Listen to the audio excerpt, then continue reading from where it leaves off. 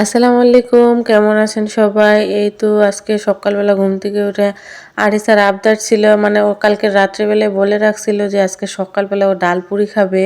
আর এই ডাল পুরিটা কয়েকদিন আগে আমি ফ্রিজে ফ্রোজেন করে রাখছিলাম, তাই 3টা ডাল পুরি নামাই নিচ্ছি।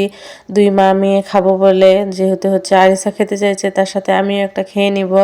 তো সে কারণে 3টাই নামাইছি আর কি। আর আমি একটু সব কিছু ফ্রোজেন করে রাখার চেষ্টা করি, যাতে চটজলদি কোনো রান্নাটা করে ফেলতে পারি, কারণ বাচ্চা কাচ্চা নিয়ে রান্না বান্না করা অনেক প্যারার কাজ। আর আগের দিনে ডাল পুরি ভাসছিলাম, কিন্তু আরিসা তখন খেতে পারেনি। ও লিখতে গেছিল, তো সে কারণে আজকে সকালবেলা ওকে এই যে ভেজে দিচ্ছি ডাল পুরি। আর ডাল পুরি খেতে কিন্তু ও ভীষণ পছন্দ করে। ওর দোকানের থেকে আমার হাতের ডাল পুরি বানানো এটা ওর খুব পছন্দ। তো সে কারণে প্রায় বলে যে ওকে একটু ডাল পুরি বানায় দেওয়ার জন্য। তো তখন তো পারি না, যখন সময় পাই তখন একটু বানাই ফ্রোজেন করে রেখে দিই আর কি। কথা বলতে বলতে এই তো আমার ডাল পুরি ভাজা শেষ। আর এই চাটা আরিসার আব্বু করে রেখে গেছে আর কি। ও প্রতিদিন সকালবেলা একটু উঠে চা আমি যেহেতু একটু দেরি করে উঠি আর ও তাড়াতাড়ি উঠে নামাজ পড়ে, তো আসে একটু চা বানাই, ও চা বিস্কিট খেয়ে নেয়।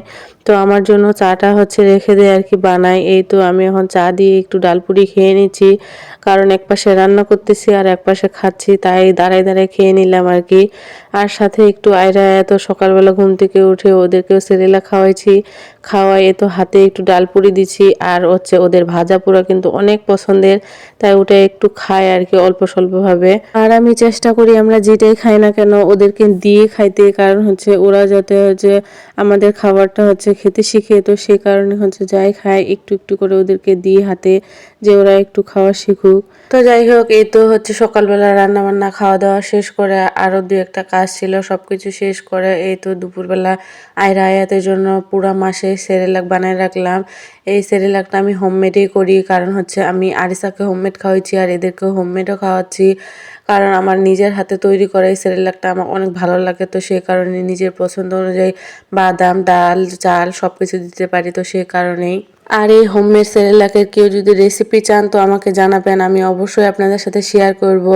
তারপর এই তো সন্ধ্যাবেলায় আরিসা আবার আবদার, মনে করেন যে ওর সবসময় আবদার লেগেই থাকে খাওয়ার জন্য।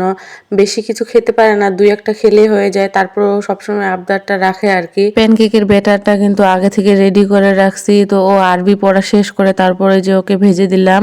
আর আমাদের জন্য একটু ভেজে নিলাম। তারপরে যে সন্ধ্যাবেলা, সকালবেলা তো লাল চা খায়, তো সন্ধ্যাবেলা একটু দুধ চা খায় আর কি। আর দুধ চা না খেলে কেমন জানি ভালো লাগে না, তো সে কারণেই আদা, একটু মশলাপাতি আর চা পাতা দিয়ে আমি আগে ভালোভাবে চা পাতাটা সিদ্ধ করে নিই, তারপর দুধ চিনি একসাথে মিক্স করার পর আলাদাভাবে চাটা এই যে দুই একবার আমি বলক তুলে নিই, কারণ এইভাবে চাটা, দুধ চাটা খেতে কিন্তু আমরা ভীষণ পছন্দ করি।